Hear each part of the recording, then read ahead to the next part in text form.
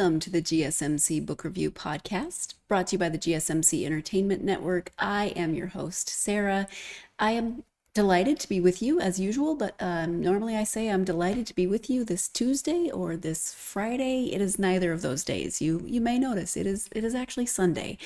I have been trying to get to this episode all week. I caught a cold on Sunday or Monday last week. I can't even remember. I think it was Monday, but it might have been Sunday. A chest cold. There's some sort of upper respiratory infection going around here, I'm told, that can last months. Fingers crossed mine does not last months. I'm starting to feel human. This is the first day that I have felt mostly human, and I will try to breathe normally throughout the interview. But yeah, I lost my voice. I had laryngitis. I've sounded... If you've ever watched the show Friends, do you remember that episode where Phoebe gets a cold and she thinks that it really improves her singing voice? I don't think that it improved my speaking voice, but I kind of had that same husky tone to my voice. So haven't gotten to this episode, but I'm very happy to be here today to bring you this interview. I am excited to talk to Anne-Marie Jackson about her book, which we will be doing shortly, of course. As we get started, I would like to do my usual and ask you to please like, subscribe, and follow however you are consuming this podcast. That really does help us. It not only helps the podcast, it helps the network as a whole. So thank you in advance. Also like to remind you that if you want to support the podcast in other ways, you can do so by clicking on or going to the link that is listed in the video playing next to me, gsmcpodcast.info, in order to leave a tip or a donation. And that's another way that you can support this podcast as well as the whole network, but helps the podcast to get out to more readers such as yourselves. Again, thank you in advance for any support that you give, no matter what form that support comes in. The link again is gsmcpodcast.info. Once again, thank you in advance for anything that you do in terms of supporting this podcast. And of course, supporting this podcast is just by being here where you are, but liking, subscribing, all that stuff. Thank you so much, though, for watching and or listening, however you are partaking of this podcast. As I said, it's been, well, I haven't done much this week. I've been trying to get as much done as possible, but I've been trying to rest as much as possible. So not a lot of walking. Even taking the dogs out for a walk gives me some breathing issues. So that has been a challenge, but just trying to hang in there.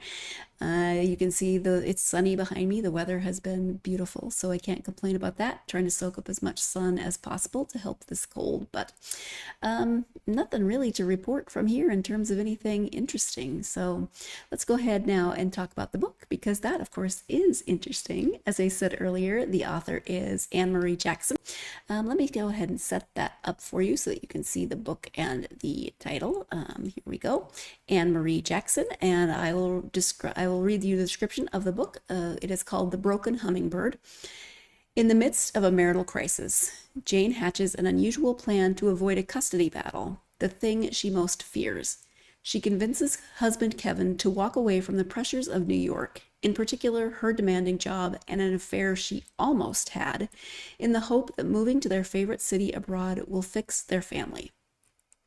In San Miguel de Allende, Jane and her young sons delight in new adventures, but Kevin still seethes. Jane befriends a circle of intriguing women and helps two girls who remind her of the brother she abandoned when her own parents divorced. After witnessing violence involving the girl's father, Jane's vivid dreams, possibly guided by a hummingbird messenger from the hereafter, grow ever darker. When tragedy strikes San Miguel, the community fractures and then rises, and Jane must make a dangerous choice. The Broken Hummingbird balances the raw undoing of a marriage with the joys of discovery that lie in building a new life. And so again, that is the description of The Broken Hummingbird by Anne-Marie Jackson. It is based in part on some of her own experiences as an expat who is living in the same city in which the book is written, or the book takes place in, San Miguel de Allende. Again, apologize for my Spanish pronunciation. It's never been great, but it's certainly worse now that I'm trying to learn Portuguese, because I say everything with my not great Portuguese accent. So, but anyway, so Anne Marie herself lives here, so it takes place in the city in which she lives. It's based somewhat on things that she has experienced. It actually started out as a memoir, and she's going to talk more about that, and then became fiction. There's a lot of layers to the book, as you saw. So there's the different storylines with dual timelines in terms of going back in time to talk about the time of Jane, the main character's parents' divorce, and her relationship with her brother, how she feels about how that relationship went, and the feelings of kind of abandoning him in those moments. There is the image of the hummingbird, from which the book gets its name, and the way that that is represented both physically in Jane's life as well as manifesting in dreams that she's having. And then, of course, there's the relationship with her husband and her children, and trying to figure all of that out. They moved to Mexico to potentially help that relationship, and it's not going well. So not only is she trying to figure out all of that, she's doing so in a different place. I really tried to rein myself in from just bombarding Anne Marie with questions. She's been an expat for 10 years to my 2 years. And although it's a different country, there are certain experiences that are similar, and I kind of wanted to veer off topic of the book a lot and tried to keep it to the book as much as possible. But I appreciate Anne Marie's willingness to talk to me about her experiences in addition to the book itself. So once again, the book is The Broken Hummingbird. Let's go ahead and turn now to the interview with Anne Marie Jackson. Hello, Anne Marie, and welcome to the podcast. Thank you for having me, Sarah. It's a pleasure to be with you. Thank you for being here. This is, it's always fun having new authors on, but this is especially fun because I get to add a new country to my list today of where I've talked to people. So this is I think it's my first author that I've spoken to who was in Mexico at the time. So thank you for adding another country to my list. Very happy to do so. We're here to talk about your novel, The Broken Hummingbird. But before we get to the novel, I'd like to get to know you a little bit. So if you wouldn't mind just sharing a little bit about yourself. Sure. Well, I'm an American woman in my early 50s. I'm a writer, I'm a nonprofit leader, and I'm the mother of 2 teenage boys. And I've had the incredible good fortune in my adult life to live in a number of countries, actually. China, Japan, Fiji, England, and now Mexico. Oh, wow. And Mexico is definitely the place where I've lived the longest and the one that seems to have my heart. It's where I'm raising my boys, and it's the setting for my new novel, The Broken Hummingbird. Yes. And your boys are teenagers, so they've lived most of their lives in Mexico. Yeah. Is that correct? So They were 4 and 6 when we moved here. Wow. And they're 16 and 18 now. The eldest is going off to college soon. In the States or in Mexico? In the States. Okay. If I'm too nosy, just tell me. I don't want to answer anything. We were talking before we started recording about learning a new language and living somewhere, learning a new language. But 4 and 6, no, it's no wonder your boys are fluent, because at that age, their brains are so ready to just absorb all that new knowledge, whereas ours are a little bit less absorbent. Exactly. Some of that gray matter is a little less flexible when you're 50 as opposed to 4. Exactly. And they're in that language learning window where they just soaked it up. Yeah. I swear to God, in about 6 months, they were fluent. And a decade later, I'm still working on it. Yeah. Do they go to a bilingual school, or so that helps as well? From pre-K through 9th grade, it was a bilingual school, the Academia Internacional. And it actually opened the year that we moved here. So we just walked into this wonderful community of Mexican and expat parents trying to build a wonderful school together. So that was great. But that only goes through 9th grade. Now that they're in high school, they're in a IB school, but it's immersion. It's total Spanish immersion. So they're doing IB in a second language, which is pretty impressive. That is impressive. Yeah, that's amazing. I always wished I was bilingual. I mean, I'm trying to be a little bit bilingual, but yeah. So can you, again, the book is called The Broken Hummingbird. Can you give an overview of the story? Sure. The Broken Hummingbird wrestles with both marital dissolution and cultural dissonance as we follow this woman's struggle to truly know her new country and her own heart. And while I sold it as fiction, It is admittedly pretty strongly based in my own life story. It's about this American couple, Jane and Kevin, who are in the middle of a marital crisis. And they get this crazy idea that by finally fulfilling their dream of living abroad, they're going to somehow save their marriage. So they drop everything and they move from New York to their favorite city in Mexico, San Miguel de Allende. But of course, wherever you go, there you are, and they bring their problems with them. And there's an important secondary storyline as well. In San Miguel, out of a desire sort of for distraction from her own problems, as well as a sincere urge to help, Jane gets very involved in this nonprofit that serves families living in poverty. But she gets a little overly wrapped up in one particular family's life, and after a while comes to suspect that her bumbling efforts may actually be causing more harm than good. And at about the same time, she starts having these crazy, vivid dreams about a hummingbird of all things. And she starts remembering things from her childhood that she hasn't thought about in years.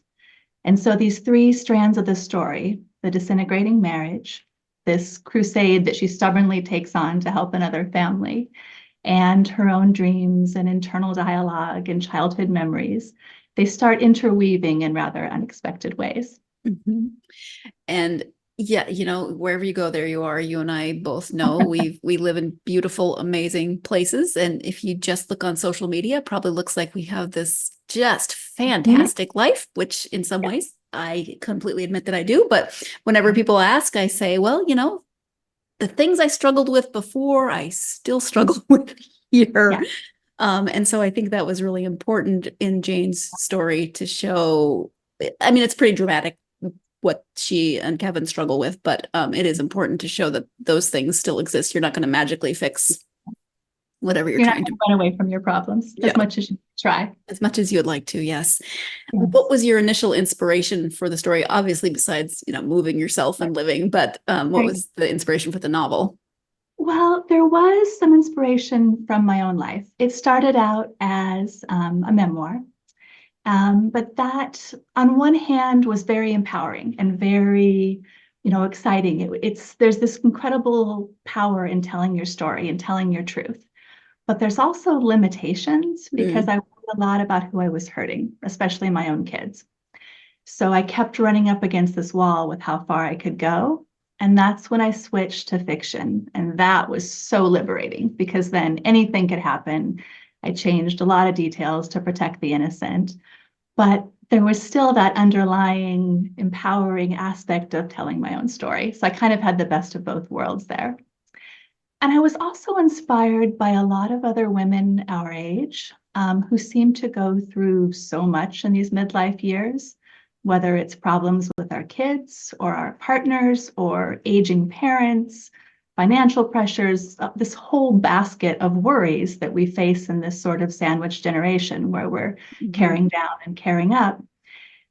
But so many women seem to handle that, even like the major midlife traumas like divorce, with an incredible amount of grace and come out of it even stronger. And I wanted to explore and celebrate how the heck they did that so I could do it too.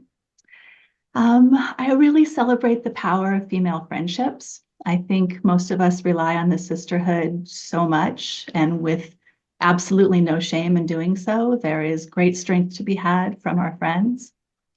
And then there was one more element. In an era when immigration from Mexico, from Central America, from South America to the US is constantly in the news and hyper politicized and usually portrayed in the ugliest possible way. I wanted to take a look at all this immigration that's happening in the other direction. There's a whole lot of returning from from the United States to Mexico by Mexicans. And there's also this incredible influx of Americans coming here for a wonderful quality of life. And that has a strong impact on the local community. And I wanted to explore that it's a two-way phenomenon. So I have a lot of inspiration, as you can tell. I have a friend who just announced that she's moving to Mexico by the end of this year. So yeah, Which city do you know? I do not know. I have a message into her. I was asking all my nosy questions, but I haven't heard back from her yet. So it'll be fun to follow her adventure. If it's San Miguel, you have to put her in touch with me. I will do that. I love all the different levels and layers of inspiration that went into this story. I still need to find out where my friend is moving. She mentioned that, and I thought I had asked her, but one of those things where you ever type a message in your own head and then you don't actually type it in real life. Yep, one of those situations. So need to find out where she is living and potentially hook her up with Anne-Marie if they are living in the same area. But that is always exciting. I am looking forward to hearing about her adventures as she embarks on this new journey sometime before the end of the year. Not sure when, but it is time for our first break of this episode. When we come back, we'll be talking about life as an expat, how it affected Jane in terms of how it affected the plot, specifically in terms of Jane and her relationship with Casamia. So stay tuned. You are listening to the GSMC Book Review Podcast. You might also be watching the GSMC Book Review Podcast, and I will be right back.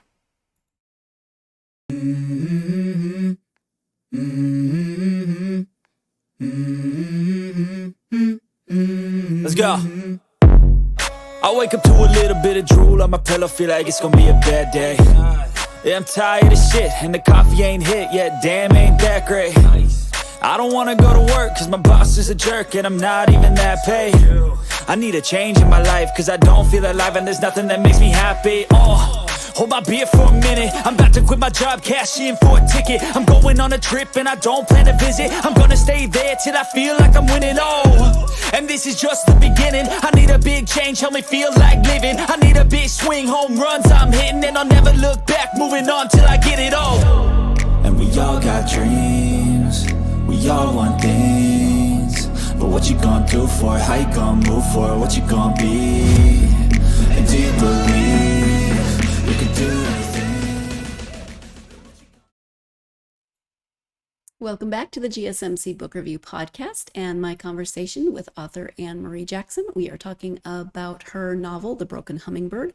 Before the break, she was talking about all the different levels or layers of inspiration that went into the writing of this book. As we get ready to go back to that interview, I just want to remind you one more time that if you are a fan of this podcast and want to help by leaving a tip or donation, you can do so by going to gsmcpodcast.info. This really does help out both the show and the network. So again, that is gsmcpodcast.info. Thank you in advance if you choose to do that. Let's go ahead now and return to the interview with Anne-Marie.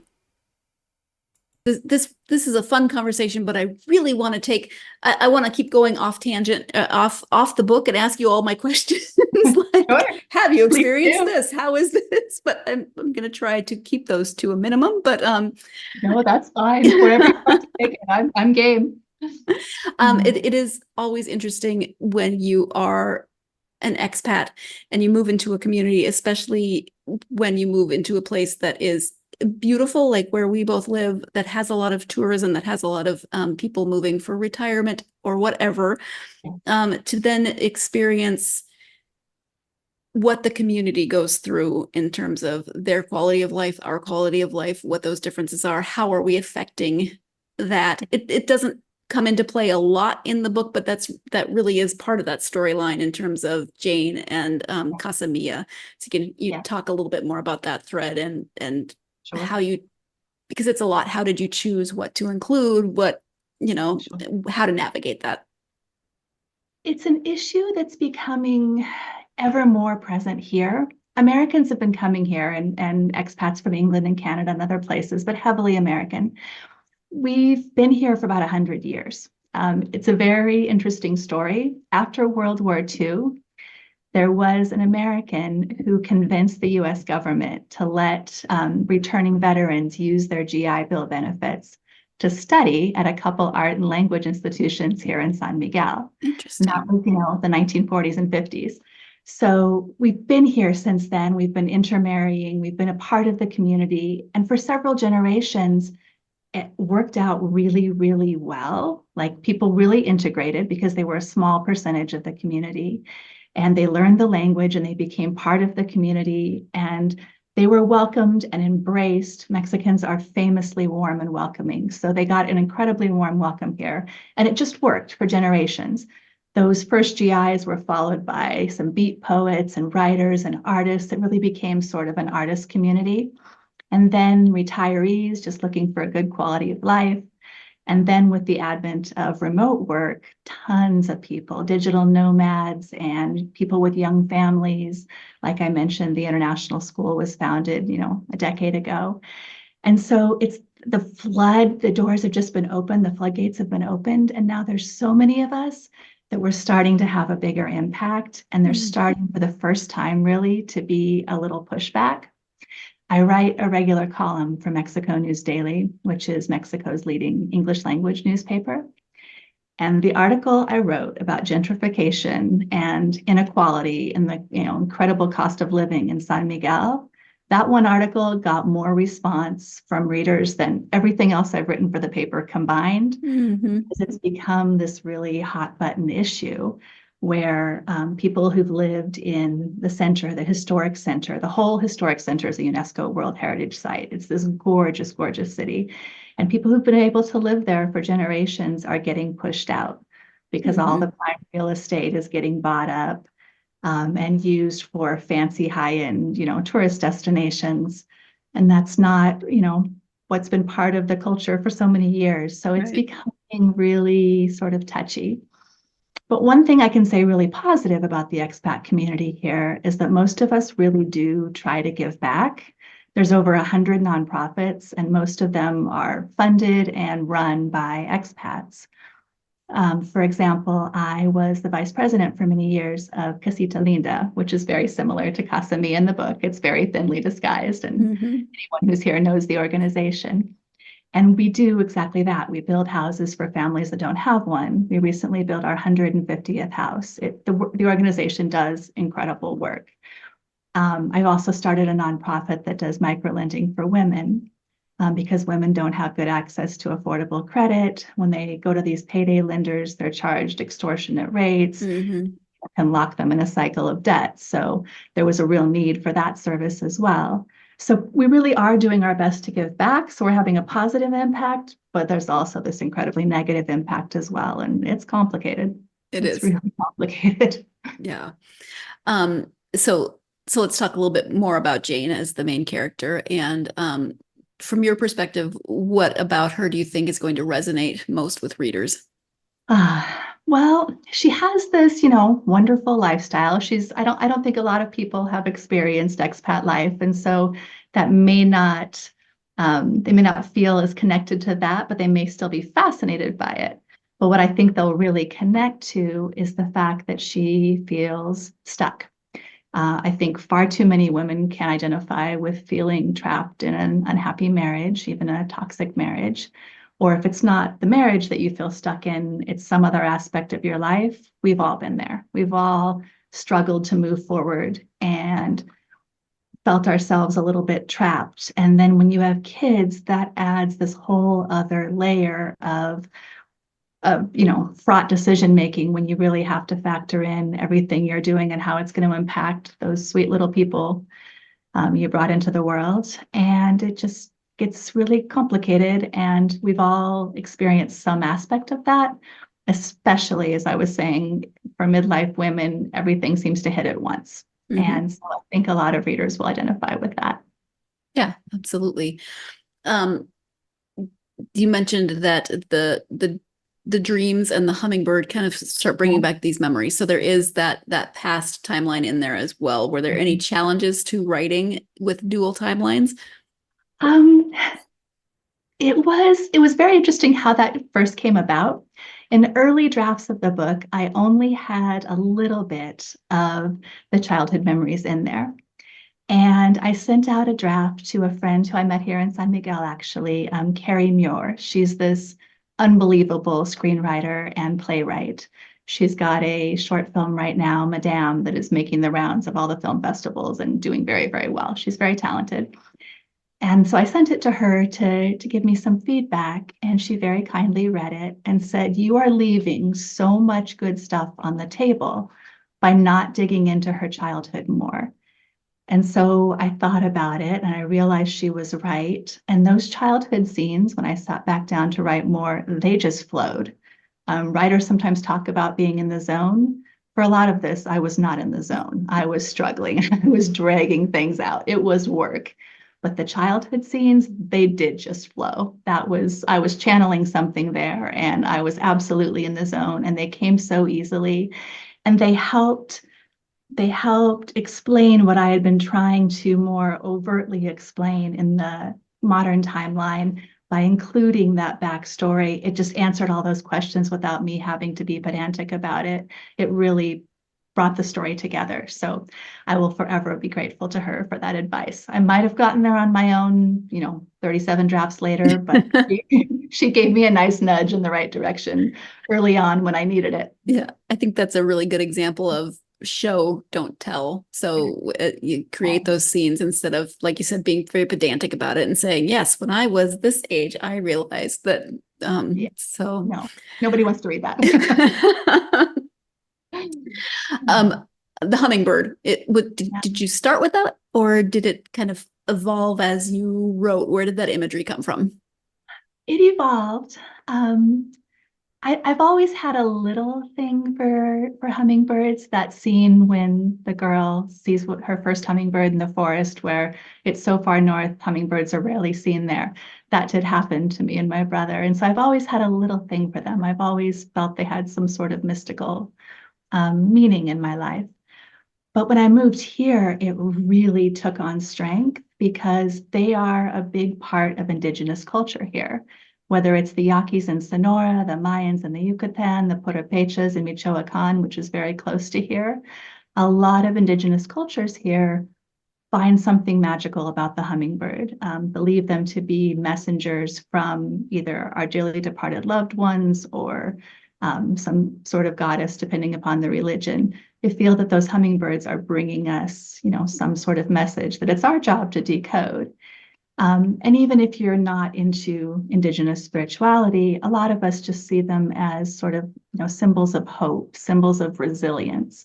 And so it was very natural to bring it in. And I think the title sort of works on several levels, story, because there's all of that. There's the Indigenous spirituality. Then there's the sort of symbolism of children as something like a hummingbird, sort of fragile and needing our protection. And we need to do what we can to protect them, whether it's, battling our own demons, perhaps even especially if it's battling our own demons, which Jane needed to do in order to protect her kids. So there's that there's the metaphorical level, there's the literal level when one of the children finds that broken hummingbird in the garden and it's very powerful to him. And then Jane herself, the protagonist, can be seen as a broken hummingbird who needs to sort of build back her strength, stop being quite so fragile, get herself together to protect the kids and face what she needs to do in her own life. Yeah. So that works for readers. It started as a memoir and then transitioned to fiction. So how did you then switch streams or switch directions midstream and then start doing character development? Like you had to then create some fictional characters. So how did your character development work for you in that case? I thoroughly enjoyed that process. Some of the characters obviously were still based on real people, but a lot were composites. And boy, in an artistic community like San Miguel, is there a rich cast of characters all around me to choose from. So I started pulling traits from different people I knew and creating these composites that serve the story. And then really just living with them for a while and getting to know them and fleshing out their backstory and their likes and dislikes and their passions. And that was part of the magic of writing fiction for me, was really settling into that process and really, really getting to know my characters. And I love work that is character driven, so I really embrace that. can only imagine what an interesting exercise, maybe sometimes challenge, maybe sometimes fun challenge it must be to go from writing a memoir to then writing a novel, which is fiction. And so taking some of those experiences and fictionalizing them, creating characters, maybe based on people you know, but not people you know. I don't know. It sounds like an interesting challenge to me. So, and it sounds like it was as well for Anne Marie. But it is time for our second break of this episode. When we come back, we're going to be talking a little bit more about that move from memoir to fiction, in that the main character of Jane used to be Anne Marie, of course, in the memoir. We'll talk about any surprises that may have come from creating a fictionalized version of yourself. So stay tuned. You are watching and or listening to the GSMC Book Review Podcast, and I will be right back.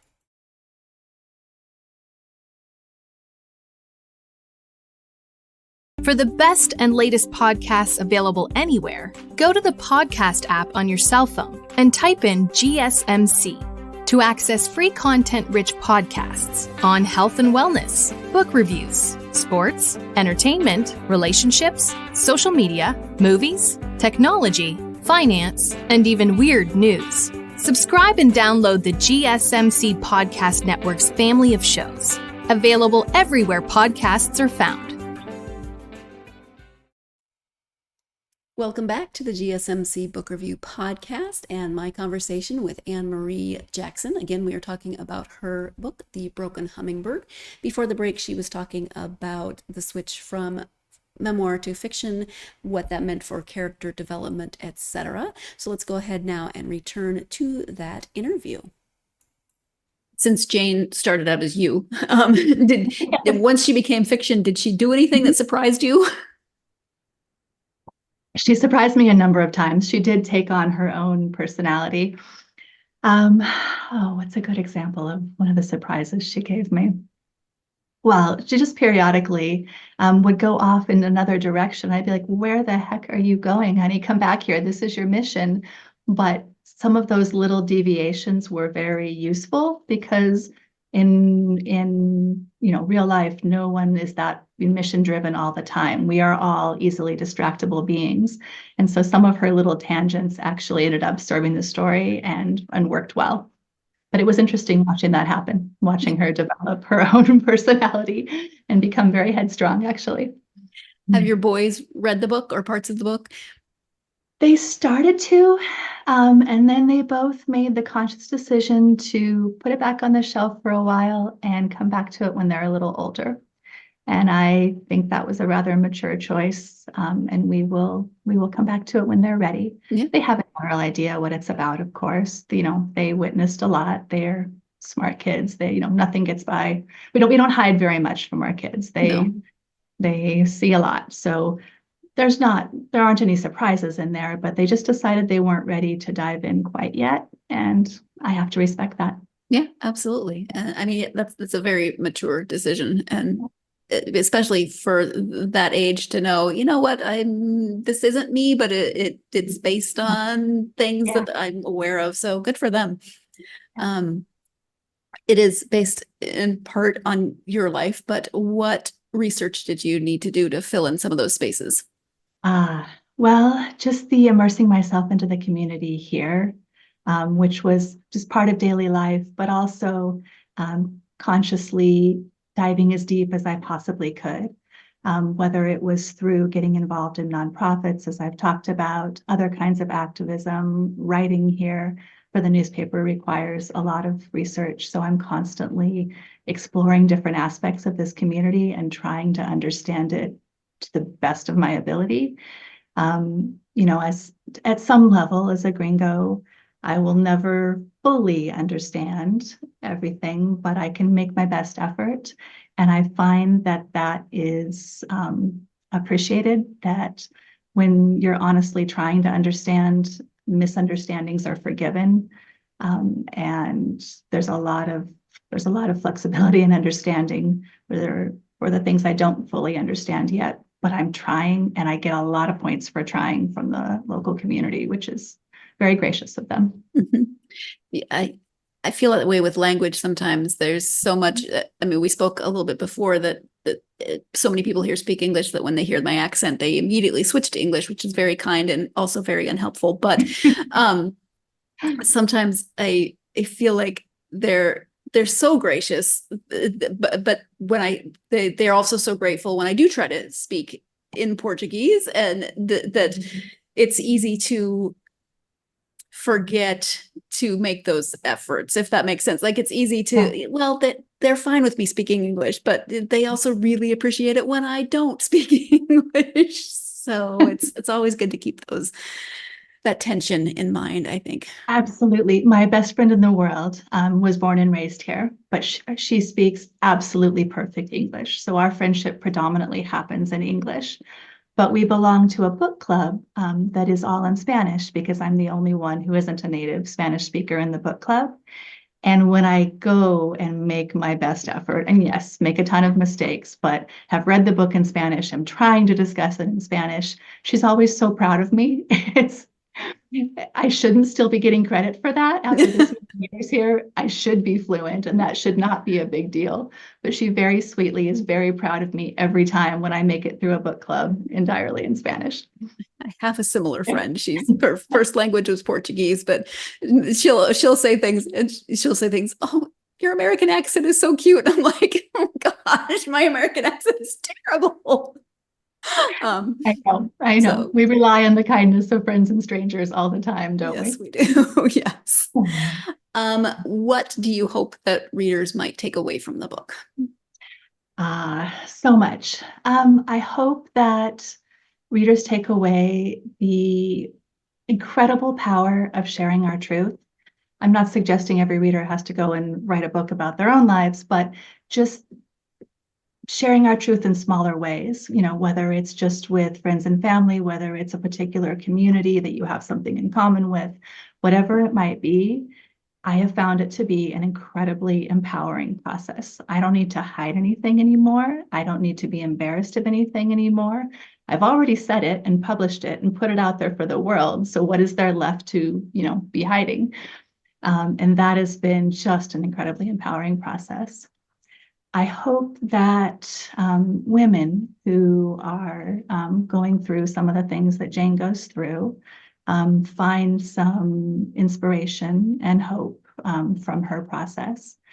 And that's actually why I included at the end of the book the few pages about the Healing Words Project. The Healing Words Project was started here in 2020. There was a national protest against femicide in Mexico because we were undergoing an epidemic of femicide in Mexico. And it was this incredibly powerful protest and a strike for a day where women didn't go to work, women just went out and protested. And my friend Kate Van Doren, who's an incredibly talented artist, she thought her way to contribute to that would be to write slogans on women's arms, women's chests, women's bodies, things like Yo sí te creo, yes, I believe you, or Ni una más, which means not one more, we will not accept one more murdered woman. And so she wrote these slogans on these women and took photographs of them as her contribution to the protest. And at the same time, I was part of a flash mob for Ser Mujer, a women's organization here. And we put the two things together. She came and wrote on all of the dancers' bodies these slogans from the movement. And then during the flash mob and after the flash mob, she photographed all of us. And after that, it just went viral. Women kept coming up to her on the street and girls wanting to be part of it. And she ended up documenting hundreds and hundreds and hundreds of women. And then the project grew to spread awareness of domestic violence and femicide worldwide. And it's an incredibly powerful project. And so I hope that people draw some inspiration from that as well. There's ways listed at the back of the book and on my website about how to get involved in that if people are interested.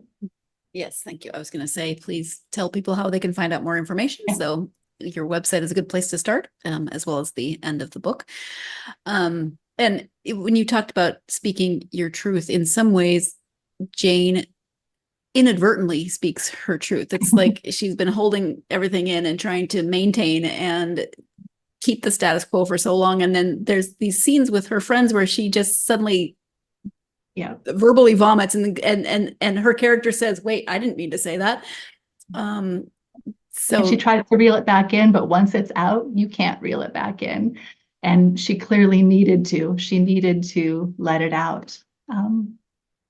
She thought she was doing the right thing. She thought she was, by making sure everything was okay for the kids and trying to portray this, perfect, happy family, she was protecting them. But in the end, you need to accept reality and, overcome your fear and do something about it. What draws you to writing literary fiction? I love books that are really character driven. I think that the internal growth, the internal change is kind of the whole point. Not that I don't, enjoy genre fiction as well and something with a fantastic plot, but what I really love is when someone can do both. I think of like Barbara Kingsolver, for example. I don't know if you've read The Lacuna, but it's set here in Mexico Not as that well. one, but okay, you know what she does. Yeah. She has these very interesting plots, but really what you care about is what's going on inside the character's head and how they're developing and changing and growing. And I love that. I love when there's some social commentary, when there's more psychological depth, when the prose is really meaty and rich. I love all of that. So I'm a big literary fiction fan. Makes sense. Yep. And are you working on anything new, or taking a break for a bit, or what's going on with your writing? I've just dove into a new project. I'm actually ghostwriting a memoir for another woman. She has led a very interesting life, but I'm not at liberty to share the details just yet. Of course. Would you consider setting another novel in another place that you've lived? I would, and if it's an excuse to, spend some time in another fascinating place, all the better. But I don't have a specific plan yet. But, you might have to go back and make sure you're remembering everything correctly. So No. I think I absolutely do. Oh my goodness. Anne-Marie has lots of places that she has lived that she could decide to set another novel in. And it makes me wonder, have you ever thought about any of the places that you've lived where you could set a novel or a story or any kind of fictional narrative? I don't think I've ever, well, no, I have thought about it. I haven't lived in nearly as many interesting places as Anne-Marie, but I've lived in a few different states and now a different country. So there are possibilities there. Although sometimes I have in the past, actually, now that I think about it, wondered what it would be like to set anything in a fictionalized version of my hometown, which is a very small town in rural Montana, only about 1,000 people. Some interesting characters, some complicated characters. Let's just go with that. It would be interesting, but I don't know how comfortable I would be doing that. There would be a lot of speculation on who was who, and I just don't know if I'm brave enough to do that. But enough about me and my fictional book, because it would be a fiction book, and it's currently fictional. Anyway, it doesn't matter. Let's go ahead and take our last break of the podcast. When we come back, Anne-Marie will be talking about what made her decide to finally write fiction. Obviously, she changed the memoir to fiction, but what was that path that led her to writing for publication in general? So stay tuned. You are listening to and watching the GSMC Book Review Podcast, and I will be right back.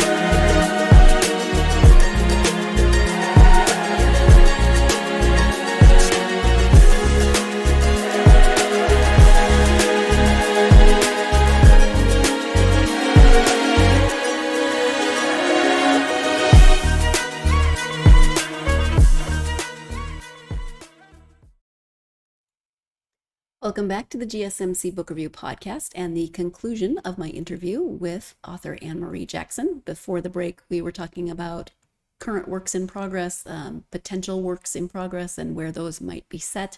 If you've been watching for the past couple of months as I've gotten used to this new format, I have, hopefully, in your eyes, been getting more comfortable with the setup and the software, but I was so busy talking about a fictionalized version of my hometown that I clicked the wrong button, and we had a whole bunch of crazy stuff going on down there in that lower third. So I had two things highlighted at once, and you got to see weirdness. But again, thanks for your patience. It is a work in progress still.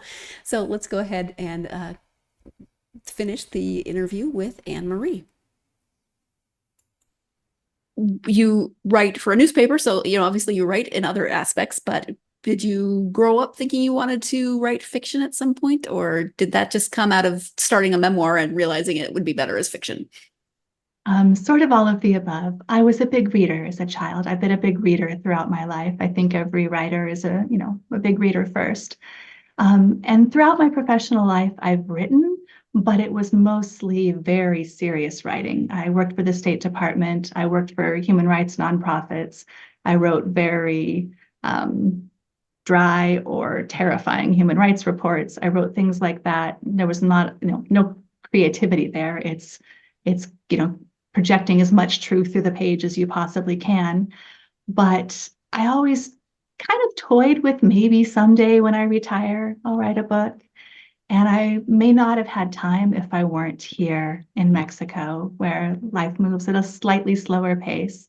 And I was able to, and also when we first moved here, my husband was working remotely for IBM, and I took some time off just to be with the kids.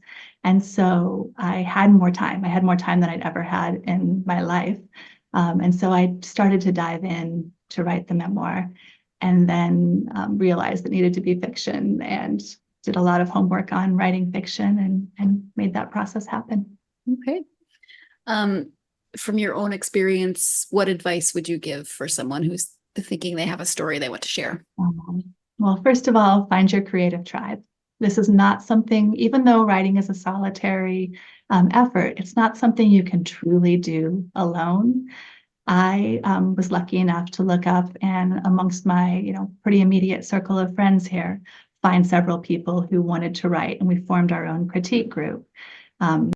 Some people look online, but one way or another, find that group, because having those deadlines, having that feedback, having those regular doses of support was absolutely essential. I don't know if I would have even started the book, let alone finish it, without that, regular support. And also schedule time to write, make it a priority. When we first start out, I think a lot of us think of writing as an indulgence. We have our main job, we have our kids to take care of, we have all the other responsibilities in our life, and we're not sure yet we're going to publish. So writing sort of gets what's left over, the scraps of our time. And that's not going to get you there. You need to have big chunks of time where you can really dive in. And so you have to make it a priority. And even if what you start writing on is not what you're going to ultimately publish, because writing is a skill and it takes a lot of practice like anything else, it's worthy. Getting those words out on the page, getting that practice in, building up to what you will publish is a worthy process, and you need to honor it and proudly say, I'm a writer and this is what I do and I'm taking the time to do it. It's hard, but it's possible, and you'll be so happy that you did. Yeah. And having a group around you to support you in that makes a lot of difference. Makes sense. Yeah. Thank you. I know you have a website. You mentioned it earlier. So if you can share the website so people can learn more about you and the books, as well as any social media that you're active on where people can find you. Thank you. That would be great. The website is AnneMarieJacksonAuthor.com. On Instagram, it's amjacksonauthor. And on Facebook, it's jackson.ann.marie. Unfortunately, they're all different. But I would love to connect with any of your listeners offline if they're interested in any of the nonprofits I've mentioned or anything else about living in San Miguel or the book. And the social media is also listed on the website. Okay. Have you done any, well, first, is the book available in Spanish, or will it be? Not yet. I hope so. Okay. I'm with a small publisher, She Writes Press, a wonderful, female-centric organization out of Berkeley, California. Love them, but unfortunately, they're small enough they don't do translations. Okay. But I still have the foreign rights, so if I can find a Mexican publisher, I could do that here, and I would love that. That's the next step. Is there an audiobook version? There's not so Okay. far, just ebook and print. Same thing. Rights Perfect. Press doesn't do audio either. Just- So I'm looking for someone to pick that up. Do you ever do interviews in Spanish? I do, not terribly well, but I do. I applaud you. That's good. It's very good. Anne-Marie, we've covered a few different things, but is there anything that we have not talked about that you really wanted to make sure you highlighted? I would just love listeners to know that a percentage of the proceeds from book sales go to support both Casita Linda, which is very similar to Habitat for Humanity in the States, and to Casa Mia in the book, which builds houses for homeless families, and also to Mano Amiga, which does interest-free microlending for women here in central Mexico. So by reading the book, you're supporting those two wonderful causes. Wonderful. Thank you so much. And thank you for taking the time out of your weekend to talk to me about the book and writing and letting me be nosy about your expat life. I really appreciate it. It was my absolute pleasure. Thank you so much. Thank you once again to Anne-Marie for joining me to talk about the novel, for her patience in me getting the episode up, etc. There are all kinds of entry points into this novel for readers. So if you are a fan of literary fiction, if you're a fan of women's fiction, maybe you have been an expat, are an expat, and are interested in it for that reason, or maybe you like novels set in another country and another culture. Like I said, there are a number of entry points into this novel. See, I did it again with that lower third.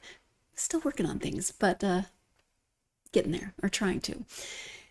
It's fun to learn new things, it really is. But again, there's so many layers to this book, with the dual timelines, with Jane's story and her relationships, not only with her husband and her children, but also her relationships with the women in her community and the way that they support her and help her.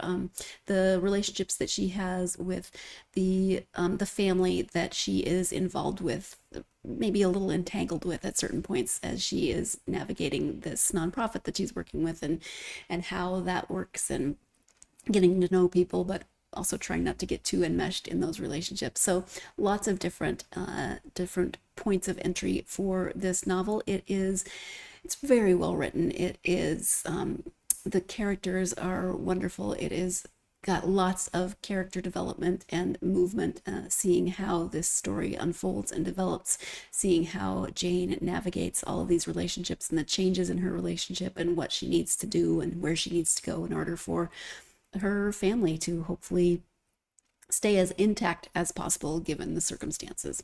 So you should definitely check it out. If not for you, then maybe you know someone else who would love this book as a gift. I'm always trying to get you to buy books as gifts. It's the best gift ever, I think, but that could just be me. Books and socks. That's what I like. I like books and socks, which makes me sound like that scene in Harry Potter when Dumbledore says socks. He never has enough socks, but I do love me some socks, but not as much as I love books. Thank you so much for joining me. I hope that you will join me for the next episode. We're switching gears a little bit, we're going back to historical fiction. This time it is a middle grade book. It is called The Bat Boy and the Unbreakable Record. I will be speaking with returning guest Robert J. Skeed. He has been on the podcast before talking about, I think it was historical fiction. I think that one was set in the Revolutionary War, if I'm remembering correctly. So we moved up into the 1930s with this one. And it is about a fictional bat boy in a real life situation during baseball in the late 1930s and this unbreakable record. It's a lot of fun. So I'm looking forward to speaking with Robert actually later today. And then this episode will go up as usual on Tuesday. So I hope that you will join me for that. In the meantime, As always, if you are a fan of this podcast and aren't doing so already, please like, subscribe, and follow wherever you are listening to or watching this podcast. Again, it helps out the podcast. It helps out the network. Also, you can leave a review. That really helps a lot. Doesn't have to be complicated. Just like you leave reviews for your favorite books, hopefully that helps the authors as well. You can leave a written review, a starred review, whatever the platform allows you to do. It can be very simple. It doesn't have to be complicated. And then you can also follow the podcast on social media. You can find us on Facebook, X, Instagram, and TikTok. Say it every week, mean it every week. Love to hear from listeners. So hit me up. Tell me what you're listening to. If you like audiobooks, tell me what you're reading. Tell me what's on your TBR, all of that good stuff. And of course, if you read any of the books that we talk about here on the podcast, I would love to hear your thoughts and what you thought of the book and the interview, etc. So thank you so much for everything. I hope that you've had, it's Sunday, so I hope that your week is just off to a really good start and that it continues to be a good week for you. Hope that no matter what this week brings, it gives you plenty of time to get yourself lost in plenty of good books. Thank you so much.